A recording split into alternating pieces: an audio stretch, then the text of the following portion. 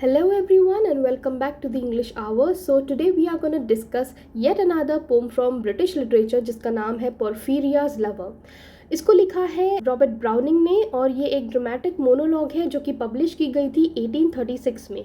Robert browning Victorian era के एक बहुत ही फेमस पोइट रहे हैं. इनका बर्थ हुआ था 7th of May 1812 में एंड इनकी डेथ हुई थी 12th of December 1888 में. रॉबर्ट ब्राउनिंग की शादी हुई थी एलिजाबेथ बैरेट से जो कि खुद भी एक बहुत ही फेमस पोइट हुआ करती थी उस टाइम की. एंड ये रॉबर्ट ब्राउनिंग जो है एक मास्टर थे ड्रामेटिक मोनोलॉग लिखने में. इनकी 95% पोम्स ऐसी है जिसमें ड्रामेटिक मोनोलॉग ही यूज़ किया गया है. एंड इनके फेमस वर्क्स में शामिल है Pied Piper of Hamelin, Men and Women, The Ring and the Book. Line to line poem completely explain करने के पहले मैं थोड़ा सा इसका ओवरव्यू देना चाहती हूँ. इस पोम में बेसिकली दो लवर्स की स्टोरी बताई गई है जिसमें कि लड़की का नाम है पोर्फिरिया और उसके लवर. इन दोनों की स्टोरी है. पोर्फिरिया बेसिकली बहुत ही बड़े खानदान को बिलोंग करती है, बहुत ही खूबसूरत लेडी है, जबकि पोर्फिरिया का जो लवर है वो एक बहुत ही गरीब लड़का है और एक छोटी सी झोपड़ी में रहता है. उसका रहन सहन, उसका पहनावा और वो दिखने दिखाने में भी इतना कुछ बहुत अच्छा नहीं है. तो वो हमेशा इनसिक्योर रहता है कि भाई मैं तो अच्छा दिखता भी नहीं हूँ, ना ही मेरे पास में पैसा है, जबकि पोर्फिरिया इतनी सुंदर है, ऊपर से इतने बड़े खानदान को बिलोंग करती है, तो कहीं मुझे छोड़ के ना चली जाए. तो पोर्फिरिया का लवर हमेशा ऐसा समझता है कि पोर्फिरिया हमेशा मेरे ही साथ रहना चाहती हो. फाइनली कुछ ऐसा करता है जिससे वो सोचता है कि पोर्फिरिया तो अभी कभी मेरे से दूर नहीं जाएंगी. पोर्फिरिया पूरी की पूरी लॉयल है अपने लवर के प्रति. वो ज़माने से लड़ झगड़ के पोर्फिरिया जो है अपने लवर के साथ में रहना चाहती है, जबकि वो पोर्फिरिया का जो लवर है उसकी लॉयल्टी के ऊपर शक करता है. तो इसी के ऊपर ये सारा का सारा ड्रामेटिक मोनोलॉग है. सो आइए हम लोग जानते हैं इसका line to line explanation. The rain set early in tonight. The sullen wind was soon awake. It tore the elm tops down for spite and did its worst to vex the lake. शुरुआत की 4 लाइनों में हमको weather का पता चलता है. यहाँ पे बोला गया है कि जैसे ही रात की शुरुआत हुई, बहुत ही तेज़ बारिश शुरू हो गई. तेज़ बारिश के साथ साथ में बहुत ही तेज़ हवाएं चलने लगी और बहुत ही तूफान सा आ गया. इतना ज़ोरों का तूफान था कि बड़े बड़े पेड़ भी हिलने लगे. इतनी ज़ोरों से हिलने लगे कि एल्म का जो टॉप है वो गिर गया, वो टूट के गिर गया. और इतनी तेज़ हवाएं चल रही थी कि वो लेक के पानी को भी ज़ोरों से हिला रही थी. I listened with heart fit to break, when glided in Porphyria, straight she shut the cold out and the storm. अब इन लाइनों से स्पीकर ने बात करना स्टार्ट किया है. स्पीकर ऐसे बोल रहा है कि मैं अपने घर में हूँ, अपनी छोटी सी झोपड़ी में हूँ और इतनी तूफ़ानी रात है, फिर भी अपना घर छोड़ के पोर्फिरिया मुझसे मिलने के लिए आई है. तो जैसे ही वो अंदर आती है वो शट से दरवाज़ा लगाती है और जैसे ही वो दरवाज़ा लगाती है जितनी भी स्टॉर्म है, कोल्ड है, वो उस दरवाज़े से अंदर नहीं आ पाती. जितनी भी स्टॉर्म है वो कोल्ड है उस दरवाज़े के बाहर ही रहती है. तो आप पोर्फिरिया की लॉयल्टी देखिए. अपना इतना बड़ा घर छोड़ के इतनी तूफानी रात में भी वो अपने लवर से मिलने के लिए आई है. And nailed and made the cheerless grate blaze up and all the cottage warm, which done she rose and from her form withdraw the dripping cloak and shawl. पोर्फिरिया का जो लवर है वो आगे हमको पोम में बताता है कि जैसे ही पोर्फिरिया आई उसने शट से दरवाज़ा बंद किया सो दैट कोई भी ठंडी हवाएं है या स्टॉर्म है वो झोपड़ी के अंदर ना आए. तो पोर्फिरिया ने ऐसा किया. फिर पोर्फिरिया आई, नील्ड मतलब घुटनों के बल बैठी एंड उसने जो चिमनी होती है वहाँ पे वो जलाई एंड उसने बेसिकली वहाँ पे आग जलाई चिमनी में. और जैसे ही उसने आग जलाई जितना भी ठंडक का माहौल था वो धीरे धीरे वार्म होने लगा. कॉटेज के अंदर का जो ठंडी का माहौल था, बहुत ठंड से कॉटेज ठंडा हो गया था, वो धीरे धीरे वार्म होने लगा. अब उसके बाद में वो उठी और धीरे से अपना जो क्लोक है, क्लोक मतलब ऐसा उसका श्रग टाइप का कुछ था जो कि गीला हो गया था, धीरे से अपना क्लोक और शॉल उसने निकाल दिया. And laid her soiled gloves by, untied her hat and let the damp hair fall. उसके बाद पोर्फिरिया ने धीरे धीरे अपने ग्लव्स उतारे जो कि बाहर धूल मिट्टी से ख़राब हो गए थे. वो गीले ग्लव्स उसने उतारे.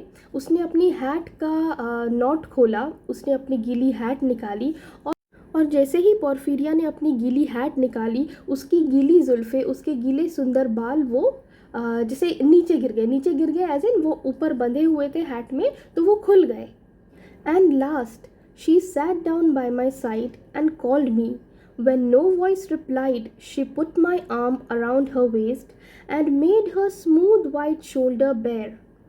आगे हमको पोर्फिरिया का लवर बताता है कि जब उसने अपने ग्लव्स निकाले और अपनी हैट निकाल के जब उसने अपने गीले बाल खुले छोड़े तो वो मेरे साइड में आके बैठी। पोर्फिरिया मेरे बाजू में आके बैठी और मेरा नाम उसने पुकारा, लेकिन मैं शांत था, मैंने कुछ नहीं बोला।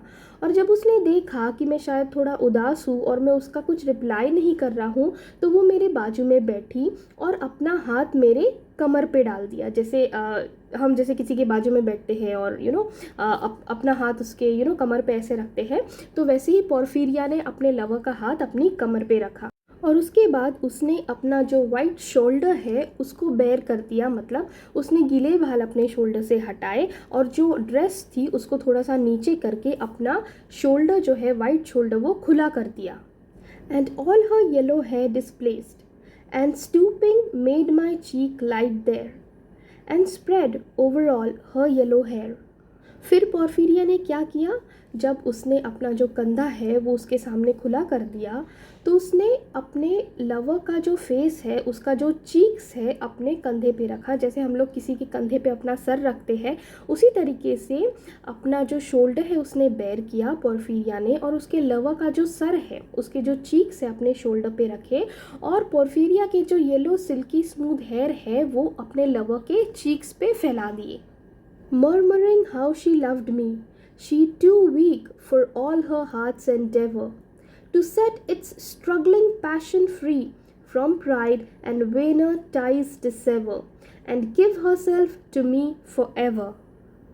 आगे पोर्फिरिया का लवर हमको बताता है कि पोर्फिरिया जब धीरे से उसके कान में बड़बड़ाती है, मरमर करती है, धीरे से विस्पर करती है कि वो उससे कितना प्यार करती है। वो इतना प्यार करती है, उसके प्यार में इतनी मजबूर है कि वो दुनिया की सारी बंदिशें तोड़ के, आपको याद होगा कि पोर्फिरिया का लवर जो है सोसाइटी के बहुत ही छोटे बैकग्राउंड को बिलोंग करता है और पोर्फिरिया बहुत ही अमीर घराने को बिलोंग करती है। तो पोर्फिरिया धीरे से उसके कान में उसको बताती है, अपने लवर को बताती है कि वो उसे इतना प्यार करती है कि उसके प्यार में मजबूर होके दुनिया की सारी बंदिशें तोड़ के इतनी तूफ़ानी रात में जहाँ पे कोई खड़ा भी नहीं रह सकता है, इतनी तूफ़ानी रात में वो अपने लवर से मिलने आई है। मतलब वो अपने प्यार के हाथों इतनी मजबूर है कि किसी के बारे में ना सोचते हुए, इवन खुद के बारे में भी ना सोचते हुए, वो इतनी तूफ़ानी रात में अपने लवर से मिलने के लिए आई है और वो अपने लवर को खुद को हमेशा हमेशा के लिए सौंप देना चाहती है। But passion sometimes would prevail, nor could 2 nights' gay feast restrain a sudden thought of one so pale, for love of her and all in vain. अब आगे की लाइंस में हमें पता चलता है कि पोर्फिरिया का जो लवर है वो थोड़ा सा इनसिक्योर टाइप का है, क्योंकि वो बोल रहा है कि आज तो पोर्फिरिया मेरी है। देखो वो पोर्फिरिया की लॉयल्टी पे किस तरीके से शक करता है। वो इतना वो ये नहीं सोच पा रहा है कि दुनिया की सारी बंदिशें तोड़ के खुद के बारे में ना सोचते हुए भी पोर्फिरिया उससे मिलने के लिए आई है, फिर भी वो पोर्फिरिया की लॉयल्टी पे शक करता है। वो आगे ऐसा बोलता है कि पोर्फिरिया आज तो मेरी है, लेकिन क्या पता कल को कोई उसको अमीर घराने का कोई लड़का मिल जाए तो वो मुझे छोड़ दे। आज ठीक है वो मुझसे मिलने आई है इतनी तूफ़ानी रात में, लेकिन क्या हमेशा आएगी? तो वो बेसिकली पोर्फिरिया की लॉयल्टी पे शक करता है। वो इतना उसको कॉन्फिडेंस नहीं है पोर्फिरिया में कि पोर्फिरिया हमेशा के लिए ही मुझसे प्यार करेगी। तो वो क्या सोचता है कि क्यों ना मैं इस पल को कैद कर लूँ, क्यों ना पोर्फिरिया को मैं हमेशा ही अपना बना लूँ। क्या पता वो शायद मुझसे कल मिलने आए ना आए, लेकिन मैं ये जो पल है ये मैं कैद कर लेना चाहता हूँ। इसी पल में मैं पोर्फिरिया को हमेशा हमेशा के लिए अपना बना लेना चाहता हूँ। So she was come through wind and rain. Be sure I looked up at her eyes, happy and proud. पोर्फिरिया का लवर खुद में ही बहुत कंफ्यूज्ड है। वो एक तो ये सोचता है कि पोर्फिरिया मेरे लिए पूरी तरीके से लॉयल नहीं है, और इन लाइनों में वो ये भी बोलता है कि पोर्फिरिया इतनी तूफ़ानी रात में मुझसे मिलने के लिए आई है। जब मैंने उसकी आंखों में देखा तो उसकी आंखों में मेरे लिए बहुत प्यार था। वो बहुत खुश थी और बहुत प्राउड थी मेरे लिए। इन सब से हमको एटलीस्ट ये तो समझ में आता है कि पोर्फिरिया का लवर खुद में कंफ्यूज्ड है। एक तो वो पोर्फिरिया पे शक भी करता है, और एक तो जब वो पोर्फिरिया की आंखों में देखता है तो उसके लिए उसको बहुत प्यार दिखता है। तो पोर्फिरिया का जो लवर है वो मेंटली स्टेबल नहीं है, ऐसा हमको समझ में आता है। सो आगे पोर्फिरिया का लवर हमको ऐसा बताता है, at last I knew Porphyria worshipped me, surprise made my heart swell and still it grew while I debated what to do। आगे पोर्फिरिया का लवर हमको बताता है कि जब मैंने पोर्फिरिया की आंखों में देखा तो उसकी आंखों में मुझे प्राइड दिखा उसकी आंखों में, और उसकी आंखों में खुशी दिखी, मेरे लिए प्यार दिखा। तो मैं ये बात पक्के से बोल सकता हूँ कि पोर्फिरिया ना सिर्फ मुझे चाहती है, ना सिर्फ मुझे प्यार करती है, बल्कि मुझे वर्शिप करती है, बल्कि मुझे पूजती है। तो ये सोच के मेरा दिल जो है, मेरा मन जो है खुशी से फूला नहीं समा रहा था, खुशी से फूल गया था। और फिर मैं सोच रहा था कि मैं क्या करूं। पोर्फिरिया मुझसे इतना प्यार करती है, लेकिन मेरे मन में ये दुविधा है कि आज प्यार कर रही है, कल शायद प्यार करे ना करे। तो मेरा मन सोच रहा है कि मैं क्या करूं, मैं इस दुविधा में हूँ, मैं क्या करूं, मैं सोच नहीं पा रहा हूँ। That moment she was mine fair, perfectly pure and good. Porphyria का लवर उसके बाद बोलता है कि वो पर्टिकुलर मोमेंट पे पोर्फिरिया मेरी थी, सिर्फ और सिर्फ मेरी थी, एकदम प्योर थी, एकदम अच्छी थी। जिस मोमेंट मैंने उसकी आंखों में देखा, जिस मोमेंट मुझे पता चला कि वो न सिर्फ मुझे चाहती है बल्कि मुझे पूजती भी है, वो मोमेंट पोर्फिरिया सिर्फ मेरी थी, और उस मोमेंट को मैं कैद कर लेना चाहता था। I found a thing to do, and all her hair in one long yellow string I wound 3 times her little throat around and strangled her। आगे पोर्फिरिया का लवर बोलता है, तो मैंने सोच लिया मुझे क्या करना है फाइनली, सो दैट पोर्फिरिया हमेशा के लिए मेरी हो जाए, सो दैट ये मोमेंट हमेशा के लिए मैं कैद कर लूँ। तो मैंने ये फाइनली सोच लिया मुझे क्या करना है। तो मैं क्या करता हूँ, मैंने क्या किया, पोर्फिरिया के जो हेयर थे, उसके लॉन्ग सिल्की येलो हेयर थे, उसको एक स्ट्रिंग जैसा बना दिया और पोर्फिरिया के गले के आसपास 3 बार घुमा लिया और उसका गला दबा दिया। तो देखिए, हमको यहाँ पे पता चल रहा है कि ये जो पोर्फिरिया का लवर है थोड़ा साइको टाइप का है, वो मेंटली स्टेबल नहीं है। वो सोचता है कि अगर पोर्फिरिया मर जाएगी तो पोर्फिरिया हमेशा के लिए मेरी हो जाएगी। तो उसने क्या किया, पोर्फिरिया के बालों से ही पोर्फिरिया का गला दबा दिया। No pain she felt. I am quite sure she felt no pain. As a shut bud that holds a bee, I warily opened her lids again, laughed the blue eyes without a strain. पोर्फिरिया का lover बोलता है कि जब मैं उसका गला दबा रहा था तो उसको कोई दर्द नहीं हुआ। मैं बहुत श्योर हूँ कि उसको कोई दर्द नहीं हुआ, बल्कि वो खुश थी कि वो हमेशा के लिए मेरी होने जा रही थी। तो फिर से हमको ऐसा दिख रहा है, हमको समझ में आ रहा है कि सच में वो थोड़ा सा साइको लवर टाइप का है।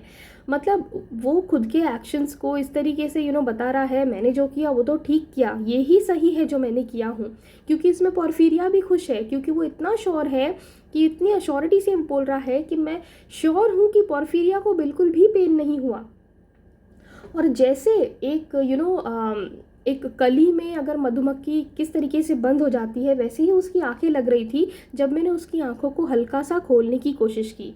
पोर्फिरिया मरी पड़ी है उसकी बाहों में और उसकी बंद आंखों को वो खोलने की कोशिश कर रहा है। तो वो एक खुशी वाला एक्सप्रेशन देते हुए ऐसे अपने स्पीकर्स को बता रहा है कि जब भी मैंने उसकी आंखें खोली तो उसकी आंखें इस तरीके से लग रही थी जैसे मधुमक्खी किसी कली के अंदर हो, उस तरीके से उसकी आंखें लग रही थी।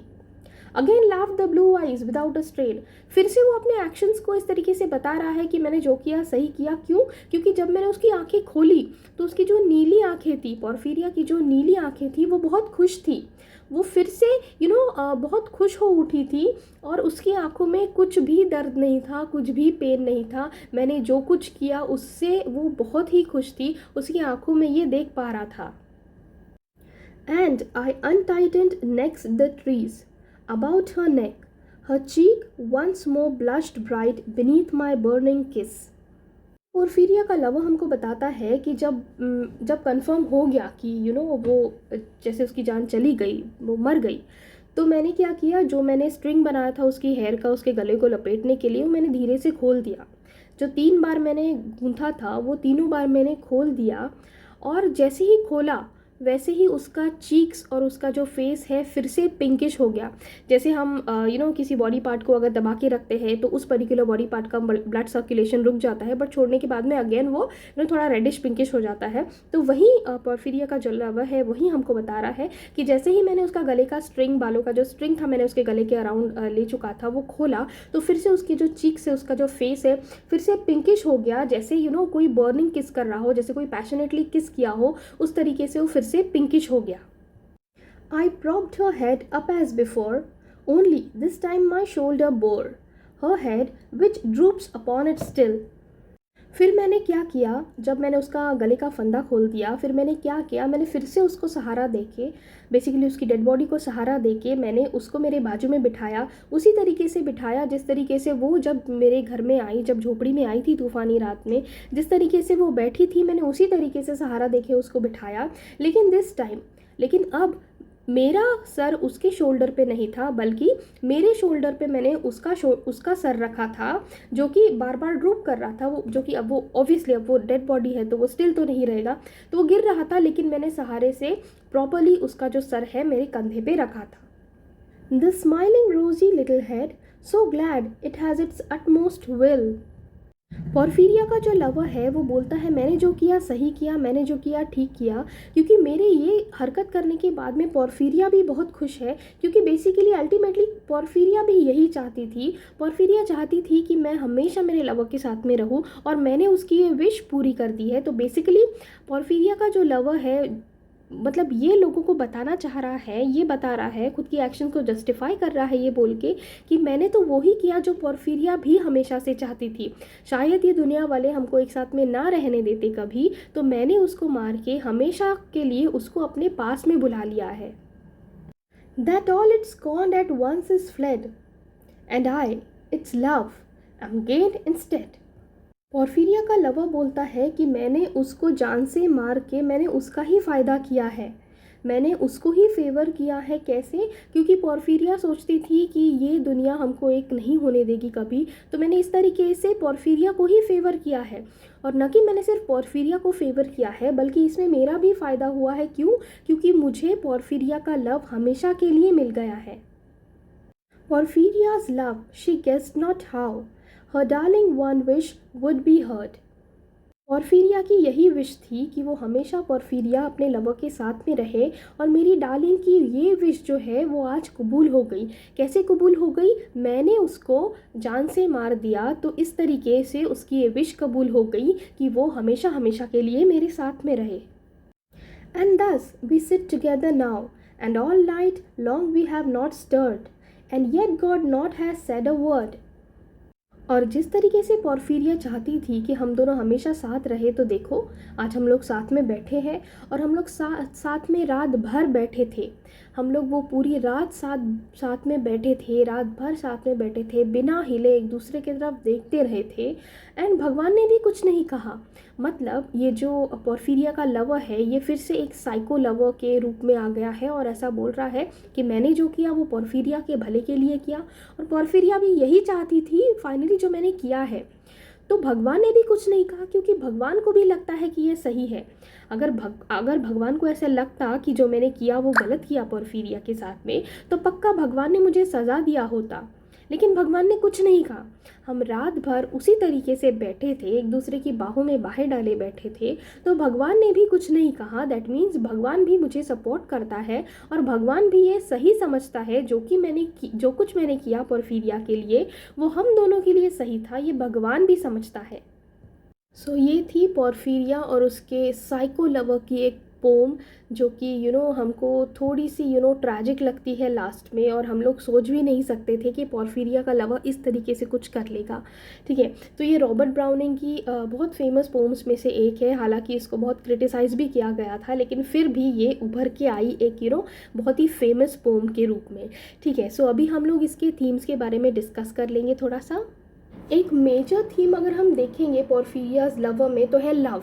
आप इसको अच्छे से इलेबरेट करके लिख सकते हैं, लेकिन मैं बहुत शॉर्ट में इसको एक्सप्लेन कर रही हूँ कि जैसे लव एक बहुत ही अच्छी फीलिंग है, दुनिया की सबसे बेहतरीन फीलिंग है, राइट। लेकिन यहाँ पे डेंजरस किस तरीके से हो सकता है लव, वो हमको बताया गया है। मतलब ये एक पावरफुल मोटिवेशन तो है ही, लेकिन ये किस तरीके से डेंजरस हो जाता है अगर कोई हमको दिलो जान से मोहब्बत करता है तो, ठीक है।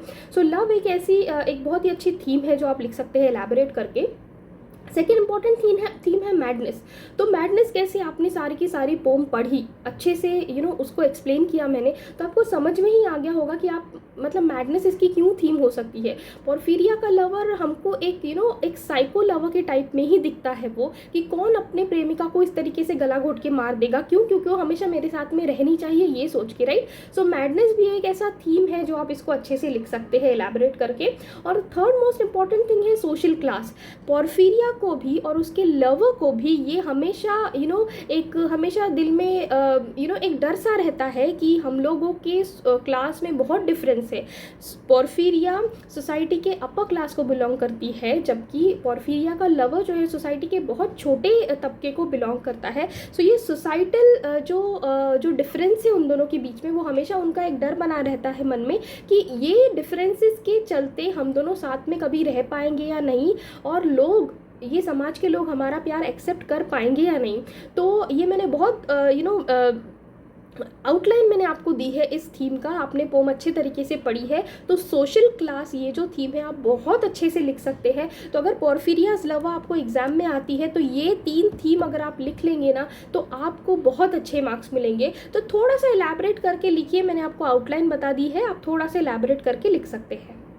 ओके, सो एज़ यूजुअल हम लोग थोड़ा सा रिविजन करते हैं इस पोम का, और थोड़े से MCQs ले लेते हैं, सो दैट ये आपके कॉम्पिटिटिव एग्जाम्स के लिए भी आपको मददगार साबित रहेगा, ठीक है। So the very first MCQ is, who was Robert Browning married to? A. Mary Wollstonecraft, B. Lady Frances Wodenberg Webster, C. Elizabeth Barrett, D. Augusta Leigh.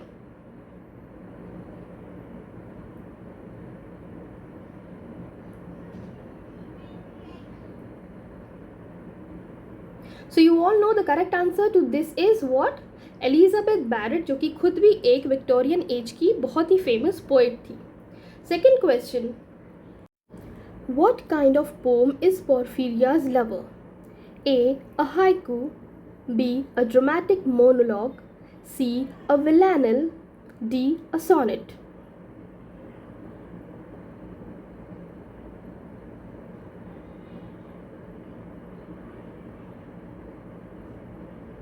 So the correct answer to this is what? B. A dramatic monologue. Question number 3. In Porphyria's lover, what does the speaker of the poem do to Porphyria?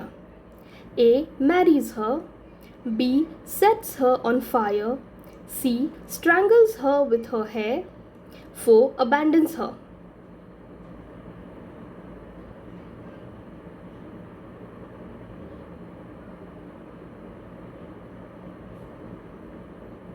So guys, you all know what the correct answer to this is. Yes, option number C, he strangles her with her hair. Question number 4. In Porphyria's lover, why does the narrator commit this crime?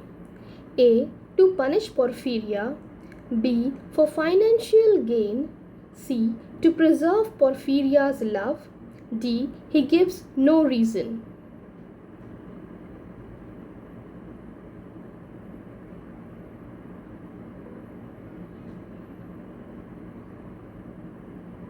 So the correct answer to this is to preserve Porphyria's love. The fifth and the last question is, what literary period did Robert Browning write in? A. The Victorian period, B. The Romantic period, C. The Renaissance, D. The Beat generation. So I want you guys to write down the answers in the comment section. ये answer बहुत बहुत ही simple है। आप अगर थोड़ा सा एक और बार अगर थोड़ा सा रिवर्स जाएंगे और फिर से पढ़ेंगे पोम को तो डेफिनेटली आपको इसका आंसर मिल जाएगा। सो ये था पोर्फिरियाज लवर का एक्सप्लेनेशन, थीम्स और इसके क्वेश्चन एंड आंसर्स हम लोग ने डिस्कस किए। और ब्रिटिश लिटरेचर से रिलेटेड किसी भी चीज़ का अगर आपको एक्सप्लेनेशन चाहिए तो आप मुझे कमेंट सेक्शन में बता दीजिए। मैं पूरी कोशिश करूँगी कि मैं उसके नोट्स बना पाऊँ, आपके लिए क्वेश्चन एंड आंसर्स प्रिपेयर कर पाऊँ, साथ ही साथ उसके थीम्स भी डिस्कस कर पाऊँ। अगर मेरे पढ़ाने का तरीका आपको अच्छा लगता हो तो प्लीज़ एक लाइक कर दीजिए, अच्छा सा कमेंट कर दीजिए और सब्सक्राइब करना ना भूलें। एंड डेफिनेटली आपके MA in English literature friends के साथ में शेयर करें। Thank you so much.